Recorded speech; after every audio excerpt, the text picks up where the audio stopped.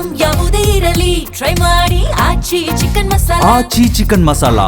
ಅಪ್ರಾಪ್ತ ದಾಖಲಿಸಿದ್ದ ಪೋಕ್ಸೋ ಪ್ರಕರಣಕ್ಕೆ ಸಂಬಂಧಪಟ್ಟಂತೆ ಕೇಂದ್ರ ಸಚಿವ ಬಂಡಿ ಸಂಜಯ್ ಕುಮಾರ್ ಪುತ್ರ ಭಗೀರಥನನ್ನ ತೆಲಂಗಾಣ ಪೊಲೀಸರು ತಡರಾತ್ರಿ ಬಂಧಿಸಿದ್ದಾರೆ.